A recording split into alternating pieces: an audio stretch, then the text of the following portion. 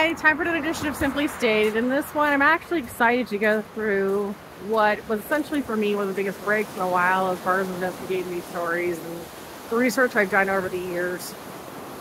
Because for the first time, everything came out publicly through the news media and outlets that I've been working on for once. And I talked about this with U.S. intelligence and some other countries about 10 years ago that I hope one day it would all finally come out public. Because all of it simply going through government files, which wasn't working at all. Due to hacking, a lot of material was being lost, people being paid off lost, even people committing suicide, the information was lost. But as of the last few days, I saw one of the biggest breaks I've ever seen, and I was ready to make the episode actually last week. And then I decided to wait. And then I was going to make the episode on Saturday, and I decided to wait because of the weather. And then I decided to wait again. And I'm really happy I did that because I was able to put something together in one smooth move for people that needed to be summarized a long time ago as far as the Russian Mafia entertainment industry and the people that I nicknamed Buffalo Bill, you know, Circe, Wilhelm, Kendrick, the fake Hollywood agency, the whole thing. And what I kind of want you to understand about this is I play with my hair because I'm outside.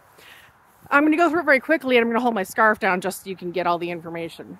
So essentially you have, and just write it down and then it'll make sense when I'm done. Taylor Swift is scheduled to attend the Super Bowl.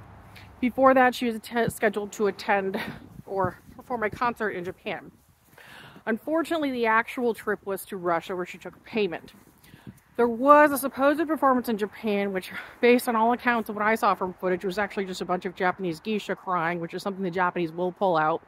They will pull out their signal intelligence women to cry, because that's what the footage was of, a bunch of women crying and listening to Taylor Swift music. I don't know if there actually was a concert or if Taylor Swift even performed. What I do know is she took a payment from Russia, came back to the US, attended the US Super Bowl, where we saw the most ridiculous display of Russian Mafia behavior that Buffalo Bill manages that I've ever seen, plus some of the most disgusting behavior you could ever manage, and from what were supposed to be NFL players were actually a bunch of Russian Mafia members. Worse, leaving the members of the 49ers who were actually decent people to not have a proper defense because the defensive coordinator, not their head coach, but the defensive coordinator, left them undefended, leaving them to use my strategy, which is called the F it up strategy, that has kept me alive over the years in a number of really weird situations and dealing with them. And unfortunately, other players actually had to deploy it in order to keep themselves safe and sane during that game. Afterwards, the defensive coordinator was actually fired. I'm going to assume that guy isn't incompetent and he either A, wanted the F it up strategy used, or B, was just working for the Russian Mafia and took a payoff. Meanwhile, we saw Travis Kelce completely ruin his career by acting like a large, overspilled child, which is exactly what you expect from a super bratty person who's part of the Russian Mafia and doesn't actually have any skills at all. By the way, Travis Kelce is a terrible football player. Just going to tell you that. He's one of the worst players I've ever seen. Moving on. Following the Super Bowl game, the Chiefs had a victory parade where a number of people were actually shot and killed, followed by Taylor Swift making a payment to some of the family members afterwards who supposedly had lost relatives in the shooting. But of course, the reality of that is that they weren't actually family members at all, but it was simply another organized set of killings where people were used as goats and money was funneled to them after Taylor Swift took payments in Russia. Following this, we then very quickly have, within less than a 24-hour period, a threat and strike on a U.S. Air Force base where a major nuclear weapon was targeted and a supposed shooter showed up, and Russia actually tried to open up their systems and release one of our nuclear weapons in a threat to us because the US media actually released the information about Taylor Swift making those payments. Following this, we then had word from the English government directly demanding that Congress hold their ground and not kowtow to Russia and their threats. This has been a problem in the past. Back in the 2000s, when I dealt with one of the worst spies the US has ever known, which I nicknamed Anne, and she was only put away for 10 years here in the US. She betrayed both the FBI and the DIA. She used to threaten everybody with nuclear war. That is Russia's favorite threat. We're going to blow you up. We're going to blow you up. We're going to blow you up. China does the same thing. Actually, China has gone so crazy they're now pouring cyanide in the Pacific, by the way, as of today. So, the point in all of this is, meanwhile, Vice President Kamala Harris went ahead and interviewed Alex Navalny's girlfriend, who is supposed to be mourning his death, but there's been bizarre pictures released of her supposedly having a boyfriend, which I think are probably been released by the KGB, now known as the FSB, and Putin's people. Either way, the U.S. has decided to maintain their stance and not be bullied by Russia in light of these recent events.